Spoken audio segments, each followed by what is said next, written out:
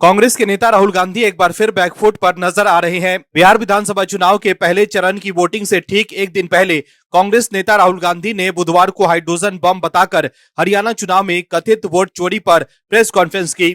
लेकिन कांग्रेस के ही एक बड़े नेता ने इस्तीफा देकर दूध का दूध और पानी का पानी कर दिया है, जिसके बाद राहुल गांधी के दावों की हवा निकल गई है।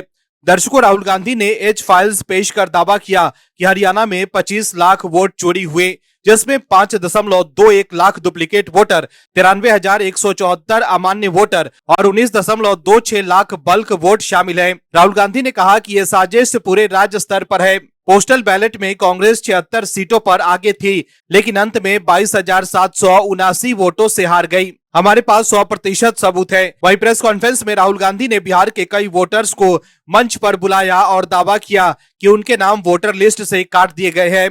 बिहार में भी लाखों लोगों के साथ यही होगा। वहीं मीडिया रिपोर्ट्स के मुताबिक चुनाव आयोग के सूत्रों ने बताया है कि हरियाणा चुनाव के वोटर रोल पर कोई अपील या शिकायत दर्ज नहीं कराई गई थी और सभी प्रक्रियाएं पारदर्शी रही। आयोग ने कहा कि डुप्लीकेट वोटरों की जांच पहले ही हो चुकी है। इसी ने संकेत दिया है कि वोटरों को प्रभावित करने वाली इस प्रेस कॉन्फ्रेंस पर मॉडल कोड ऑफ कंडक्ट के उल्लंघन के लिए कार्रवाई हो सकती है। वहीं अब बीजेपी ने भी तगड़ा पलटवार कर कांग्रेस को एक्सपोज कर दिया है। क्या है खबर, बताते हैं आपको इस रिपोर्ट में।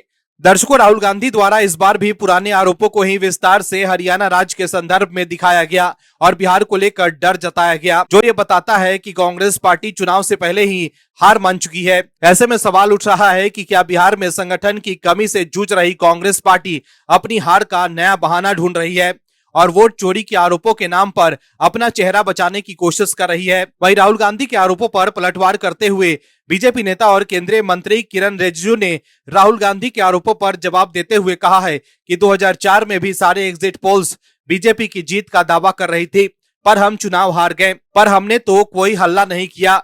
उन्होंने कहा कि इसके बाद 10 साल तक यूपीए सरकार रही, हमने ओपिनियन पोल्स और एग्जिट पोल्स को गाली नहीं दी। जब एग्जिट पोल कांग्रेस के फेवर में गया तो बहुत अच्छा, विरोध में हुआ तो मीडिया को गाली देते हैं। वहीं किरण रिजिजू ने राहुल गांधी पर तंज कसते हुए कहा कि हरियाणा में जब चुनाव चल रहा था तो कांग्रेस के वरिष्ठ नेता कुमारी शैलजा ने कहा था कि हरियाणा में कांग्रेस चुनाव नहीं जीत पाएगी, क्योंकि कांग्रेस के नेता ही चुनाव हराना चाहते हैं। हरियाणा कांग्रेस के अध्यक्ष राव नरेंद्र सिंह ने कहा था कि राज्य में कांग्रेस में तालमेल नहीं है।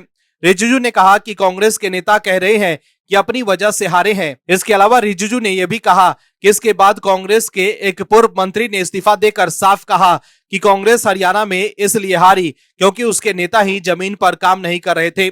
आपको बता दें कि हरियाणा विधानसभा में विपक्ष के नेता, मंत्री और 6 बार विधायक रह चुके वरिष्ठ नेता संपत सिंह ने रविवार को कांग्रेस को अलविदा कह दिया था। कांग्रेस अध्यक्ष मल्लिकार्जुन खड़गे को भेजे त्याग पत्र में संपत सिंह ने जहां पार्टी की कमजोरियां गिनाई, वहीं विभिन्न कारणों से अब तक कांग्रेस छोड़ चुके कद्दावर नेताओं की सिलसिलेवार जानकारी भी दी।